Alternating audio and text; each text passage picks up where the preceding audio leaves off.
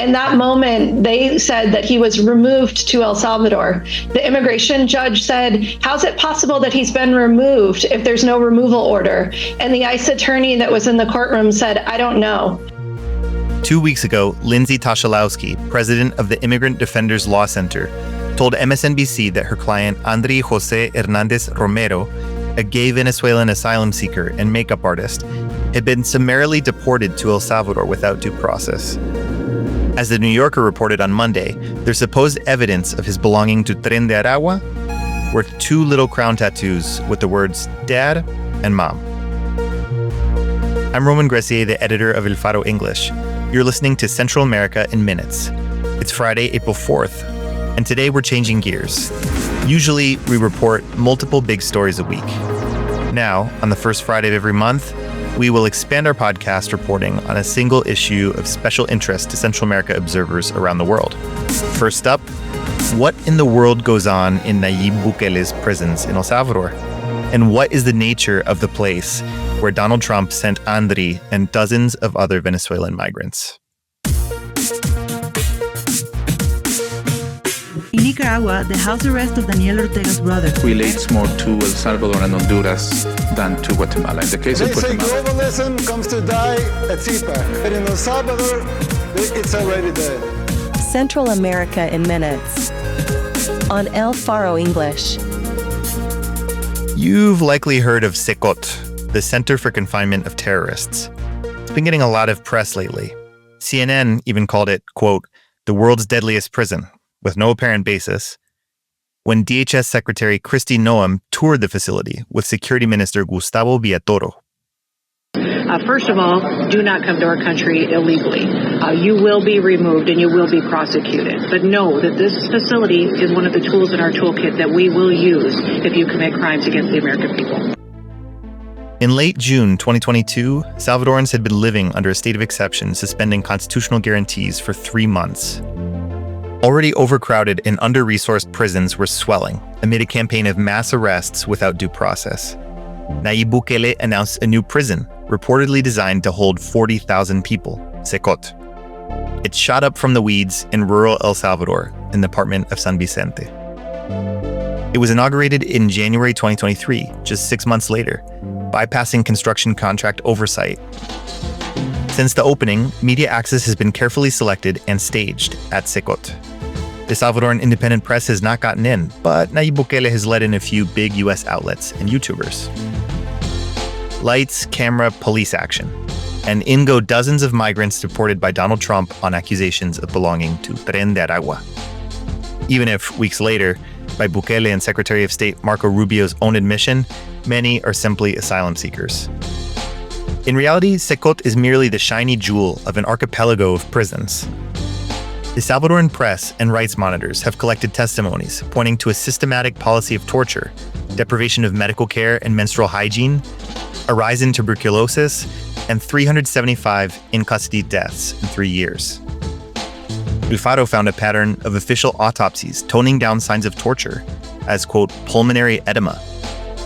The newsroom put a name and face to the lead torturer of Mariona prison, William Ernesto Magaña, a prison guard known and feared by inmates as Montaña. And that's just it. The key to understanding El Salvador's prisons, and the Bukele administration that runs them, are facilities that most observers abroad have never heard of: Mariona, Izalco, or Zacatecoluca, which over the years even gained the nickname Zacatras, a riff on Alcatraz. One second before we get on with today's show. With El Salvador and Bukele's prisons in the international spotlight, investigative reporting from Central America is more essential than ever.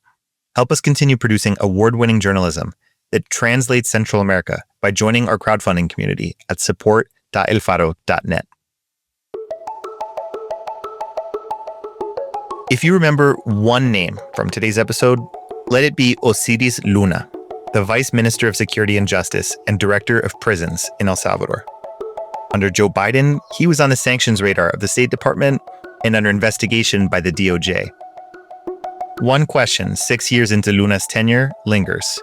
Why has Bukele, who declared a, quote, war against corruption, not sacked him?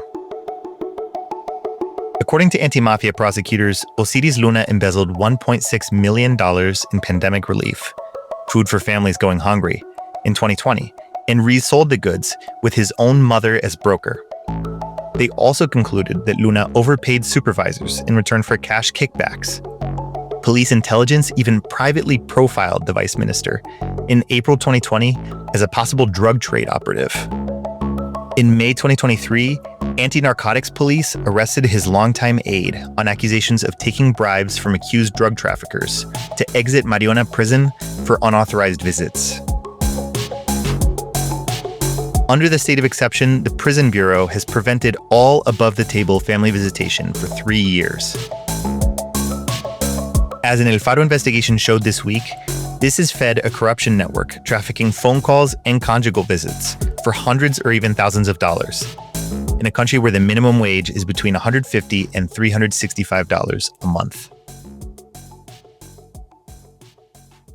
But the greatest, and perhaps even most delicate, smirch on Osiris Luna's tenure at the Bureau of Prisons is his role as a lead negotiator from 2019 to 2022 with the MS-13 and 18th Street gangs for a reduction in homicides and electoral support for the ruling party Nuevas Ideas, as revealed by El Faro in 2 investigations in September 2020 and August 2021.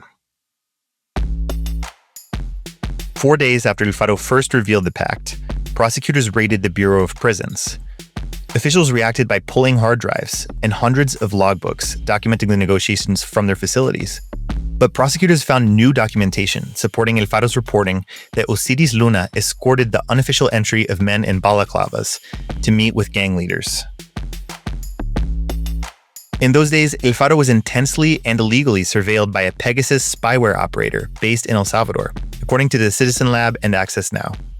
Bukele baselessly accused El Faro of being under investigation for, quote, serious money laundering. As part of Bukele's gang negotiations, official Carlos Marroquin, a subordinate of Luna and key point of contact with the gangs, admitted to taking a senior MS-13 leader, Elmer Canales Rivera, or Crook, from prison illegally and to Guatemala. Crook was captured in Jalisco, Mexico, and transferred to U.S. custody, where he is still purportedly awaiting trial. This is Carlos Marroquin admitting to aiding Crook in his transnational jailbreak, in audio published by El Faro in May 2022, referring to the gang leader by another nickname, Viejo. I pulled Viejo out from inside, brother, as a way of helping all you guys and to show you my loyalty and trustworthiness. I personally went to get him and took him to Guatemala. In a frenzied effort to bring him back to Salvadoran prison, an El Faro investigation revealed in January 2024 that the Bukele administration conspired with a gang leader to recapture him with the help of the Jalisco New Generation cartel. The Salvadoran government was willing to pay $1 million for his abduction, but the plan never came to fruition. The contact was scamming the police. In March 2022, MS-13 felt that Bukele had betrayed the terms of the pact and murdered 87 Salvadorans in cold blood. Bukele reacted by breaking with the gangs and decreeing the state of exception. The mass arrests dismantled the traditional gang structures that controlled many Salvadoran communities for years. With around 87,000 Salvadorans detained without basic procedural rights, Bukele has solidified an alliance with Trump. Deported Venezuelans have now entered the black box prison system, reliving the arbitrariness that tens of thousands of Salvadorans and their families have endured for 3 years. Thank you for streaming Central American Minutes. I wrote today's episode with production and original soundtrack by Omnionn. Be sure to subscribe wherever you do your streaming and drop us a like or a review. Our mantra at El Faro English is simple: journalism must go on. We'll be back next week. Hasta pronto.